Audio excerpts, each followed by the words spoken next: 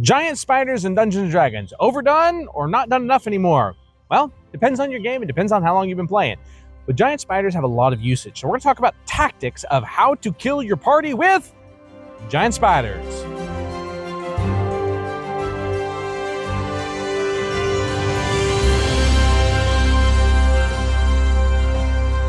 First things first, if you're using giant spider, web traps. I love the trope. You're going through forest and you start encountering thick webs along the side. The thing is that spiders understand that a web trap can be seen. So it's not the trap that can be seen, it's the web trap that's underneath the leaves that a spider has masterfully set. A spider is aware that its web is going to be seen, especially by larger prey, so it's going to use its web differently. Maybe it uses its web to force people away and the spider is actually outside of its web. Or it has thin lines running across the ground that you step on top of, letting it know where you're at, that are not sticky. Web traps stereotypically are I ran into the spider web. Y'all done it. Walking through the forest, spider web hits you in the face. Even a small spider is freaky as all daylight. A giant spider has a whole different thing. A giant spider, though, is large, which means that just creeps me out. If you can imagine something that takes up a 10-foot circular radius that stands that tall on its long legs and its legs can reach out 10 foot to poke you. Yeah, that's a scary beast. You think they're gonna use webs the same as a small spider? So use the Dungeon Master, don't use them the same either. If you're using giant spiders, they climb. Have a forest that's tall enough to where the giant spiders can climb up into the canopy and then move through the canopy. So if a spider gets hurt, it's gonna run away. Think about spiders in our real world. It's gonna attack its prey and it doesn't go well, I'm out of here.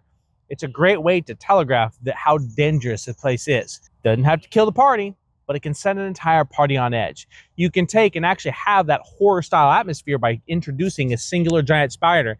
And the thing is, the party doesn't kill it, it runs away. Now, imagine sleeping in that forest after a giant spider ran away. Is it coming back? Are there more giant spiders? Who knows? But it does a great job of having them use that climb ability in a forest-based setting.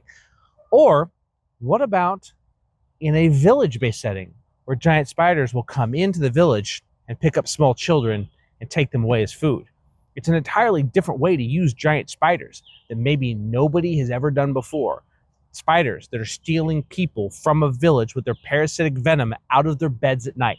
We normally think hags or demons, but it could simply be giant spiders.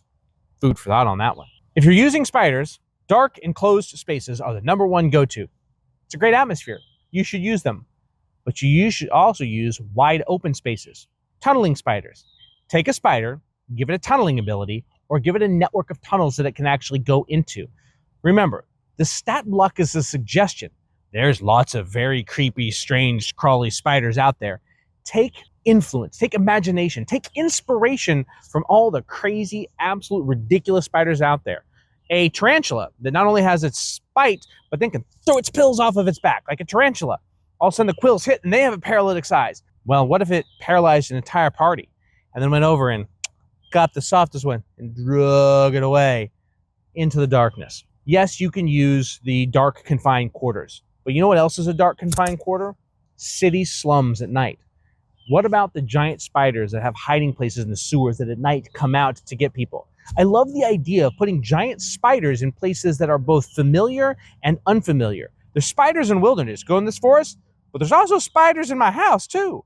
There can be spiders in the wilderness. There can be spiders in your cities. They don't have to be in the middle of nowhere. They don't have to be in dark basements either. They can be hiding during the day and come out feed at night. Do they take those bodies away and feed on them for days, or do they leave empty husks on the street? That's up for you to decide. The poisonous bite of the giant spider is underutilized. I like to up its paralytic effect. I think that should be done. I think that those spiders should be paralyzing people, but it's also poisonous because that's how they eat their prey. And remember, a giant spider is most likely going to kill a commoner in one bite, and then it's going to eat it. A spider is a beast. It is an animal in its purest form, and you should be using its poisonous bite to the fullest effect and its fullest ability. Roll those con checks, baby. That can make a simple fight into a much more dangerous one. Don't forget it. If you're using giant spiders, tactical use of terrain is important. They can climb. They can shoot webs to ensnare people. They can control the environment. A giant spider is tactically going to be superior than most of the spiders we've seen. Not only can it climb, it can shoot webs, it has a paralytic poisonous bite. You can add so much more to this, but they're going to use the terrain. A giant spider in an alleyway is not going to stand on the ground and fight. It's going to fight from the side of the building. It has a range of 10 feet where it can take its giant stabby arms and stick it in your face. Remember, giant spiders are going to lock down the battle control. They're not going to attack the armored person. Spiders aren't dumb when it comes to tactically. Just like a spider gets to choose between a beetle and a cricket, it's going to take the cricket. Well, I don't know. That's an interesting experiment. Someone should try that out. It's not going to be able to bite through that beetle, but that cricket it's going to get to. Now, are you in its train? Is it defending its nest? Are there other spiders around? Is it trying to eat food? The bottom line is, if I'm a spider, I'm going after that squishy little mage in the back because I can see the glinting sharp armor of that knight that's in front of me. And I'm going to leave it alone because I know I'm not going to do much. So remember, use the terrain tactically to the spider's advantage. And if you're using more than one spider, what is each spider trying to accomplish? That's food for thought. Are they all going for the independent meal? Are they trying to incapacitate? Or are they defending the terrain? What's the beast's motivation? And why are there so many giant spiders? Food for thought. And as always, guys, thank you very much for helping us grow this channel. Make sure you like, make sure you subscribe, make sure you comment below. And as always, we'll see you next time.